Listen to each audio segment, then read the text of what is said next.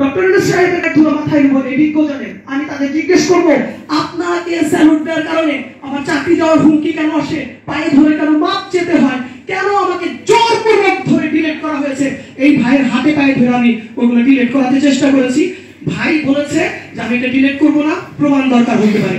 Sir আমি আপনার মাধ্যমে জেনারেল ওয়াকারুজ্জামান সাহেব এবং আমাদের বিজ্ঞ সারা বিশ্বের বিবেক ডক্টর ইউনূস সাহেবকে আপনার সাথে গিয়ে সামনে গিয়ে আমি স্যালুট করব, আর আমার এই স্যালুট পৌঁছে দিবেন আমি কোনো অন্যায় করি নাই।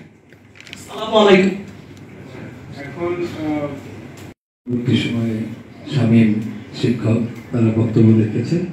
আমি খুব সংক্ষেপে এটুকু বলতে চাই যে জনি যে কথাটা বলেছে কোচিং বাণিজ্য, তার থেকে প্রিন্সিপাল কমিশন নেয়, এটা খুব বড় ধরনের একটা অভিযোগ।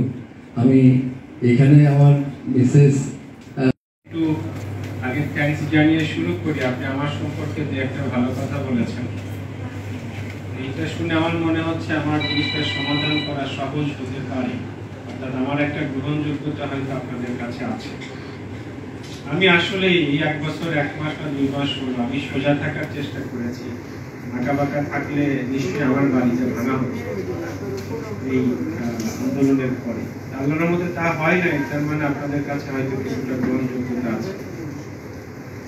যে অভিযোগগুলো এসেছে এই প্রত্যেকটা অভিযোগ আসলে গুরুতর এবং আপনাদের সাথে বরং আপনাদের থেকে আরো বেশি জোরে আমি বলতে চাই সংস্কার করা দরকার। এই জায়গাগুলোতে কোচিং থেকে কমিশন নেওয়া হবে, অভিভাবকদের সাথে দুর্ব্যবহার, স্কুল থেকে ব্যাগ খাতা কিনতে বাধ্য করা, প্রাইভেট না পড়লে মার্কস কমিয়ে দেওয়া। আমার 2 মেয়ে মতিঝিল আইডিয়ালে পড়ে, একজন অভিভাবক হিসেবে এই ব্যথাগুলো আমি বুঝি। তারপরে হিজাব করতে না দেওয়া, ও মাই গড, এটা তো একেবারেই একটা অন্যায় কাজ।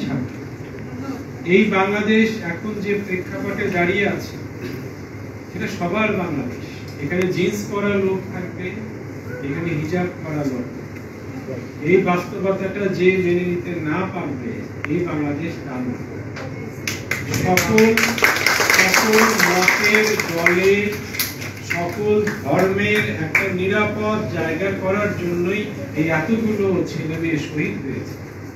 আমরা যদি আমি 6, 7, 8 তারিখে আমার মধ্যে একটা বোধ আসবে যাক বাংলাদেশ হয়তো এখন একটা সঠিক কথা, কিন্তু বিশ্বাস করুন আমরা যাকেই শাস্তি দিই সেটা একটা তদন্তের মধ্যে দিয়ে হলে ভালো। ডক্টর ইউনূস স্যার বারবার বলছেন, এটা আজকেও ঢাকা মেডিকেলের হাতে খেয়াল করবেন, ডাক্তাররা কর্মবিরতি দিয়েছে। কারণ হলো ছাত্রদের একটা অংশ ডাক্তারদের অভিযোগের ভাষ্য মতে নির্বিচারে আঘাত করেছে।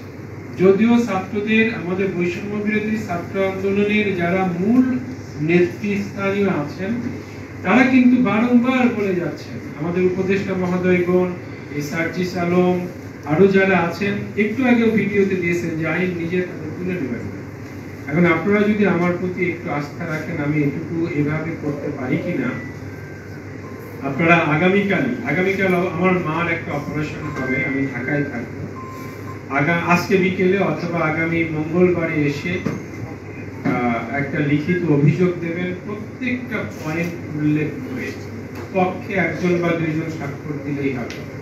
দ্রুততম সময়ের মধ্যে আমরা একটা গভর্নিং বডির মিটিং ডাকবো। সেই মিটিং থেকে এই অভিযোগগুলোর পরিপ্রেক্ষিতে উনি যদি সত্যি এগুলা করে থাকেন গভর্নিং বডিতে আলোচনা করে বা একটা নির্দিষ্ট সময় বেঁধে দিয়ে তদন্ত করিয়ে উনি পদত্যাগ করবেন। আর যদি না করেন তখন এটা দায়িত্বটা ওনার উপরেই আমরা রাখতে চাই, অথবা গভর্নিং বডির থেকে যদি তদন্তে প্রমাণিত হয় ওনার পদত্যাগও করতে হবে না, আমরা ওনাকে অপসারণ করতে পারি যদি এটা প্রমাণিত হয়। গভর্নিং বডির সেই এখতিয়ার আছে। কিন্তু আমি মনে করি একজন মানুষকে আত্মপক্ষ নিজের পক্ষে কথা বলার সুযোগ অফিসিয়ালি দেওয়া দরকার। এই জন্য আমি বলবো আপনারা আজকে আমাকে একটা বা মঙ্গলবারে বা কালকে আমি না থাকলে এসে দিতে পারেন, একটা লিখিত অভিযোগ দিয়ে যাবেন।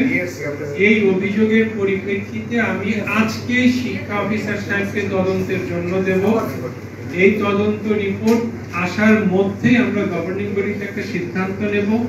তারপরেও সে তদন্ত হওয়ার মধ্যেও যদি আমার মনে হয় যে উনি ওনার অবস্থানটা বুঝতে পারছেন, বাট একজন মানুষ এত বছর কাজ করলেন, তাকে আত্মপক্ষ সমর্থনের সুযোগটা দেওয়া উচিত। আমরা জোর করে আইনটা হাতে তুলে নিলে তখন বরং বর্তমান সরকারের যে অবস্থান সেটার এগেইনস্টে যাওয়া হবে। এই জন্য আমি বলবো আপনারা একটা অভিযোগ দিন, আমরা দ্রুততম সময়ে এটা তদন্ত করব এবং গভর্নিং বডিতে সিদ্ধান্ত নিয়ে আপনারা রেজাল্ট দেখতে পারবেন। একটা জিনিস, ওনার পদত্যাগের পাশাপাশি আর একটা জিনিস আমি আপনাদের অ্যাসুরেন্স দিচ্ছি, যে কয়েকটা অভিযোগ আমি লিপিবদ্ধ করেছি, এই প্রত্যেকটা অভিযোগের প্রতিকার আপনারা দেখতে পাবেন। এই ঘটনা এই স্কুলের হবে না, যদি হয়েও থাকে এই ঘটনাগুলো আর হবে না। যে কোনো ব্যক্তি যে কোনো পোর্টফোলিওতে নাই,